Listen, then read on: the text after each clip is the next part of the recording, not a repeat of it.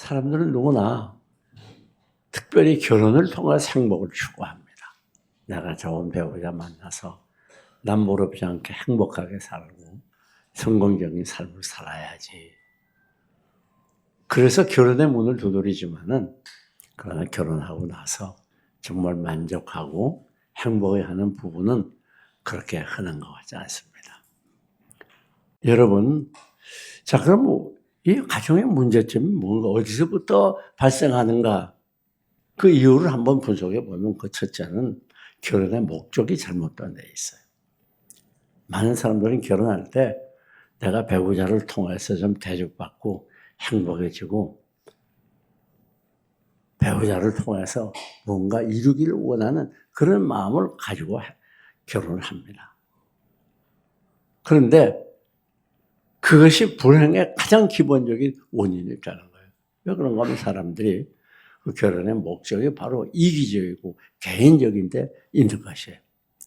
결혼해서 자기 마음대로 되지 않고 부딪히게 되고 내 배우자가 내가 생각한 대로 해주지 않으면 거기서부터 불만이 싹트게 되고 서로 관계가 멀어지게 되는 거예요. 근데 우리는 여기서부터 분명히 기억해야 될 게 있습니다. 그건 무엇인가 하면 성경은 우리에게 가르친 대로 성경이 우리에게 말씀한 대로 살아가야 됩니다. 성경은 우리가 나를 위해 사는 존재로 말하지 않아요. 우리는 남을 위해서 봉사하고 다른 사람을 받들고 도와주고 하나님의 말씀을 우리에게 명령한 건 바로 나를 위해 살라는 게 아니에요. 먼저 우리는 하나님을 위해 살아야 되고 그 다음에는 이웃을 위해서 살아야 되는 존재로 하나님이 지었어요. 그렇다고 하면 우리 가정은 더 말할 것 없어요. 더욱이 이 배우자에 대해서는 우리들이 도와주고 희생하고 받들고 그 결혼의 목적이 내게 있는 게 아니라 내가 결혼해서 어떻게 하면 내 배우자를 더 행복하게 해주고 배우자를 기쁘게 해줄까. 여기에 목적이 있어야 행복하겠는데 목적이 거기 있는 게 아니라 내게 있어요. 그러니까 삶의 중심이 배우자가 아니라 나에게 있어요. 내가 편해야 되고 내가 잘 돼야 되고 내가 좀 배우자를 통해서 도움을 받아야 되고 그러다 보니까 가족들이 늘 문제가 많아지는 거예요. 그래서 기본적으로 결혼의 목적을 바로 정해야 됩니다. 결혼의 목적은 나만 위한 게 아니에요.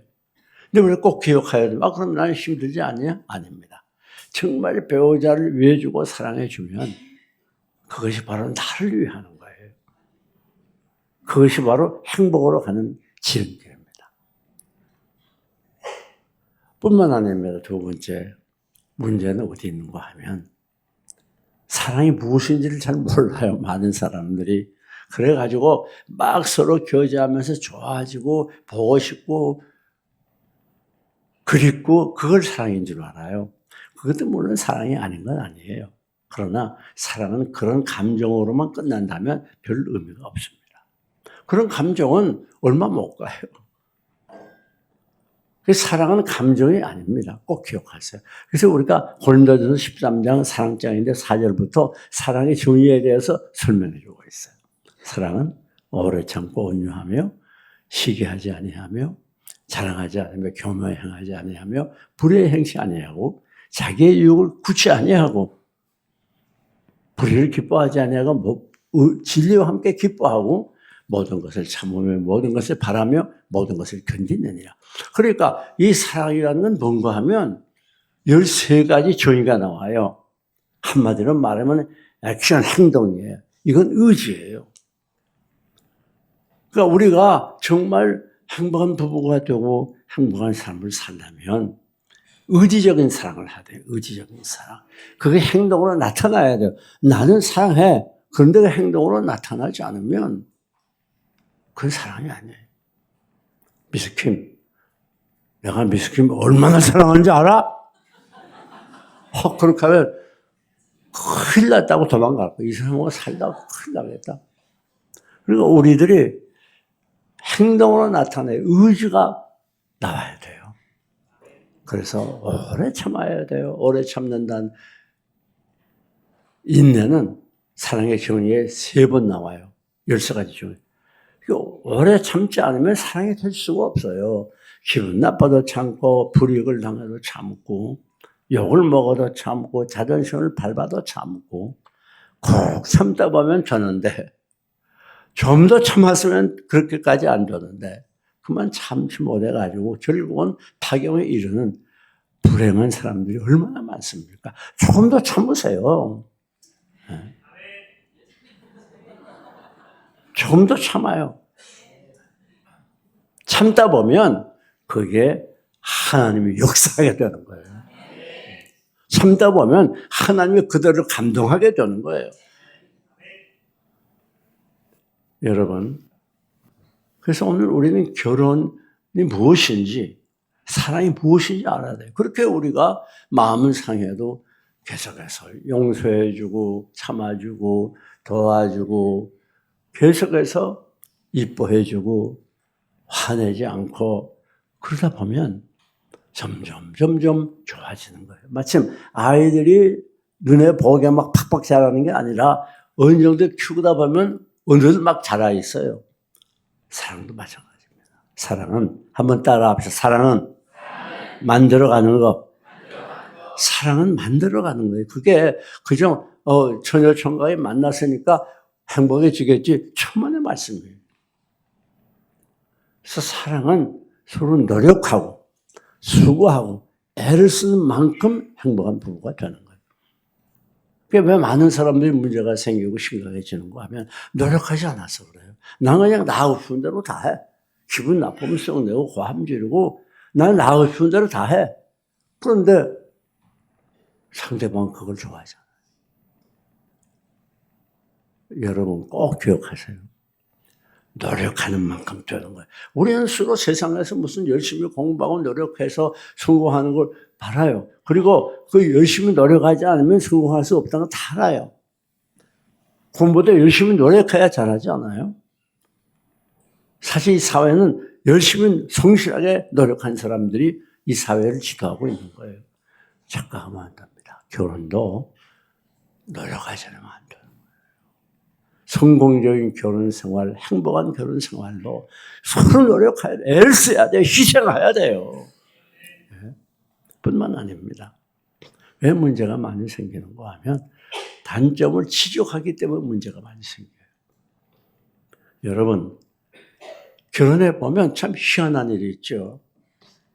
아니, 요즘 누가 강제로 결혼합니까? 그전에는 부모님들이, 야, 결혼해. 그러면 했잖아요. 지금 그런 사람 없잖아요. 다 만나보고, 체험해보고, 대화해보고, 그리고 좋아서 결혼했는데, 희한한 일이 있죠. 살다 보니까, 천만의 일생일대 최대 실수를 했어. 왜요? 정반대야. 정반대 아닌 사람 거의 없을 겁니다. 근데 여러분, 정반대가 정상이에요. 왜 그런가 하면, 성경이 그랬잖아요. 남녀가 많아서 한 몸을 이룰지니라. 그러니까 우리는 서로 남자, 여자가 결혼해야 완전히 하나가 되는 거예요. 그 똑같은 사람이 만나면 영혼이 불완전하고, 영혼이 하나가 안 되는 거예요.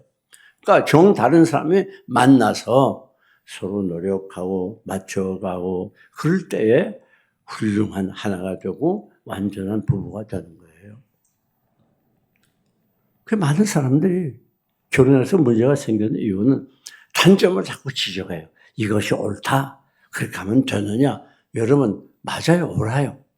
그러나 그걸 지적하면 그다음부터 문제가 생기죠.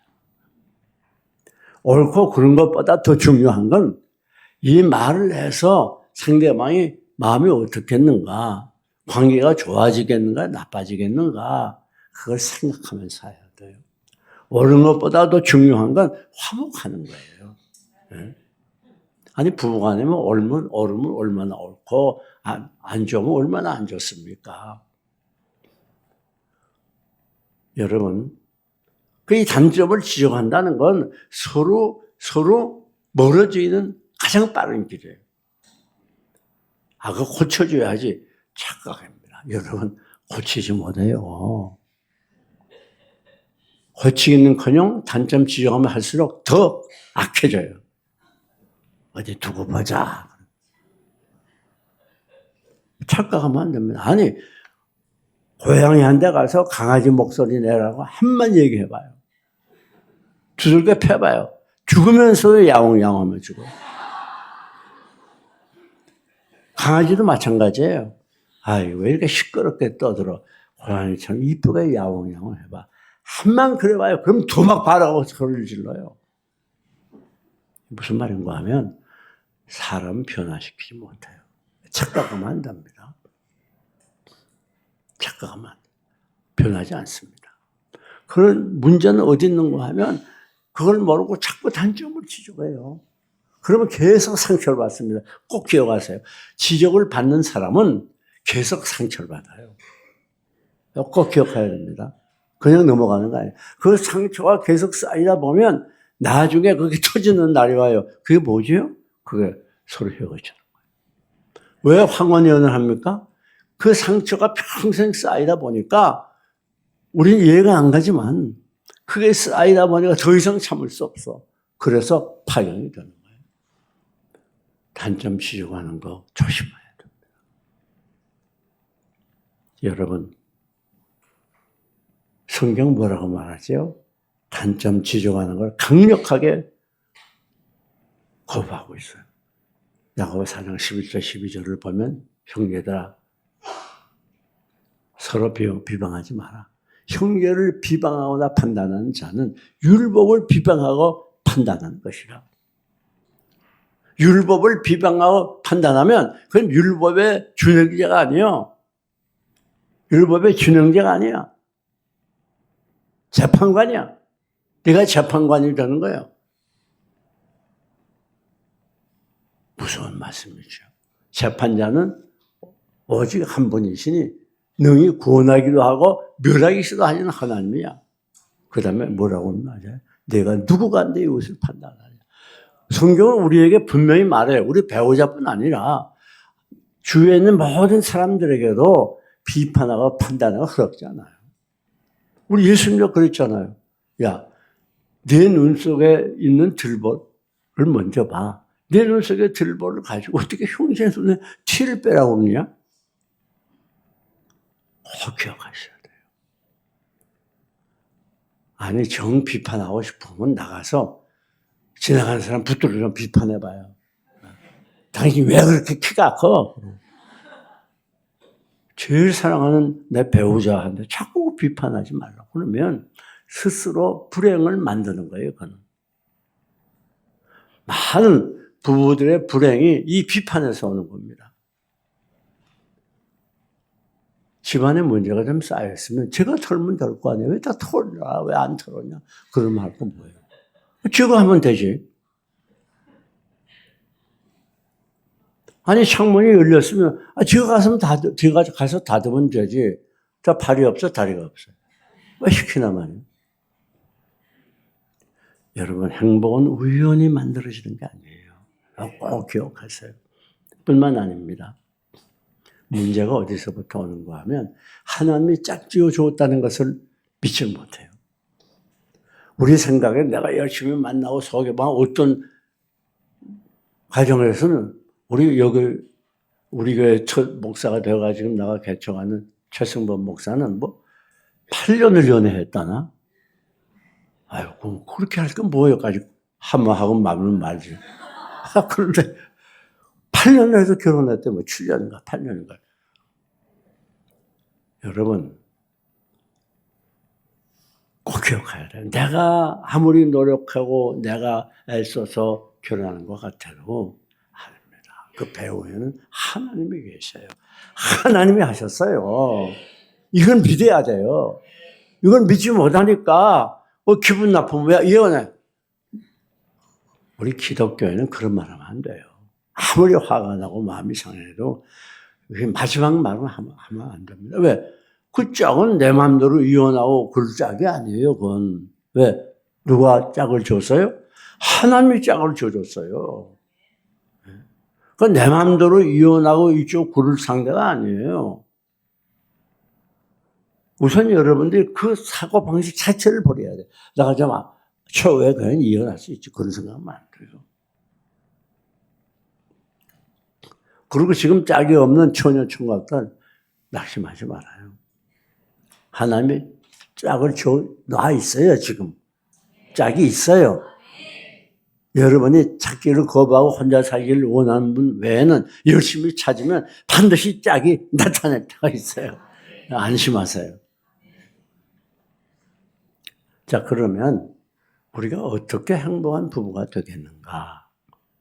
구체적으로 더 파고 들어가 봅니다. 그 첫째는 서로 존경하고 귀하게 여겨야 돼요.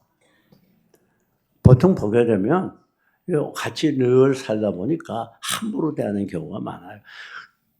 교회거나 사회가 딴 데 가서는 아주 친절하게 잘해요. 그런데 집에 들어가면 함부로 돼요. 막, 야, 너, 막 이러고. 막, 쌍욕도 막 하고.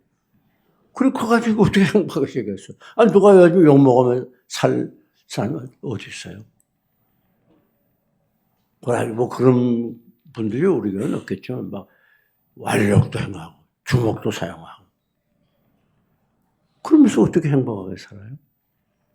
그런 것들이 나는 썽도 내고, 뭐 화도 내고, 때론 극단적인 행동을 해도 끝나리라고 생각하지만, 배우자의 마음에는 그게 계속 상처로 남는 거예요. 그게 쌓이다 보면 결국 불행을 가져오게 돼요. 정말 귀하게 여겨야 돼요. 뿐만 아니라 다음은 긍정적인 말을 해야 돼요. 대부분의 많은 부부들이 이 말 때문에 힘들어지고 상처받고 괴로워하는 그런 가정들이 많습니다. 조금만 기분 나쁘면 그냥 화를 팍팍 내고 정말 화를 내는 거 고쳐야 됩니다. 그거. 왜냐하면 화를 내면 상처를 많이 받아요. 나는 어떤 사람은 그래요. 나는 원래 성격이 급해서 그렇지 뒤가 없어. 뒤가 있어도 좋으니까 화는. 화나는 건 마음에 깊은 상처를 주는 칼로 쑤시는 것과 똑같은 거예요. 그래서 우리는 화 안 내면서 친절하게 말하는 습관을 훈련을 해야 돼요. 특별히 집에 와서 늘 산다고 막 함부로 말하고 자기 하고 싶은데 그렇게 하면 안 돼요. 말은 언제라도 긍정적인 말. 참 어떻게 그렇게 잘생겼는지. 당신 만나서 난 행복해요. 직장 나가는 남편의 주머니에 사랑한다는 글 한 글 딱 써서 보내는 거. 아니 그것이 문자로 하나 치는 거 그거 쉽지 않잖아요. 쉽잖아요. 안 하거든. 내가 어떻게 하다 저런 거를 만나가지고 여러분 아무리 나는 옳고 옆에 있는 사람은 나쁜 것 같아도요. 부부간에 피장파장이에요. 그래서 바울 사도가 뭐라고 그랬어요? 친척에게 잘하지 못한 것은 친척을 돕지 않는 것은 불신자보다 더 악한 자라고 그랬어요. 자기 배우자는 집에서 울고 있는데 나가서 다른 사람에게 잘하는 거 그거 정말 잘하는 게 아니죠. 여러분 뿐만 아닙니다. 또한 봉사해야 돼요. 집에서 봉사. 과거의 우리나라 문화는 주로 남성들이 일을 안 했어요. 남성들이 부엌에 나가면 아주 바보 취급을 했어요. 그러니까 남자들은 늘 집에 앉아서 밥 해주는 밥, 가져다 주는 밥 먹고 여자는 부엌에서 가족들이 먹다 남은 밥 먹고 원래 그랬어요. 그러다 보니까 그런 남성들의 그 문화가 지금도 계속 내려와요. 그래서 그런 분들이 많지는 않죠. 그런 분들이 혹 있어요. 근데 지금 문화가 다 바뀌지 않았습니까? 그렇잖아요. 서로 수고해야 돼요. 서로 도와야 돼요. 어느 한 사람은 열심히 일하고 어느 한 사람은 안 하면 안 된다고 말이에요. 지금 문화가 바뀌었잖아요. 우리 옛날 문화 속에 사는 사람이 아니잖아요. 우리는 새 문화 속에 적응하며 살아야 될 거 아니에요. 여러분, 요즘 또 이렇게 여성 상위의 그런 문화가 또 많이 흘러요. 그래서 여권 막 주장하다 보니까 또 여자가 또 왕이 돼가지고 남자를 종처럼 부리는 그런 집도 있어요. 그렇게도 안 되는 거예요. 서로 봉사하고 서로 돕고 서로 아끼고 서로 희생해주고 서로를 위해서 노력하고 애를 쓰고 그래야 사랑이 조금씩 만들어지는 거예요. 사랑이 만들어져요. 네. 서로를 위해서 희생하고 노력하고 그럴 때 거기서 눈에 보이지 않지만 사랑이 조금씩 만들어져 가는 거예요. 내가 아무 생각 없이 퉁퉁 탕탕 던진 그 말 한마디가 사랑을 파괴하고 불행을 만들어가는 거예요. 사랑은 말로서 만드는 것이고 봉사로서 만드는 거예요. 희생과 수고로 만들어가는 거예요.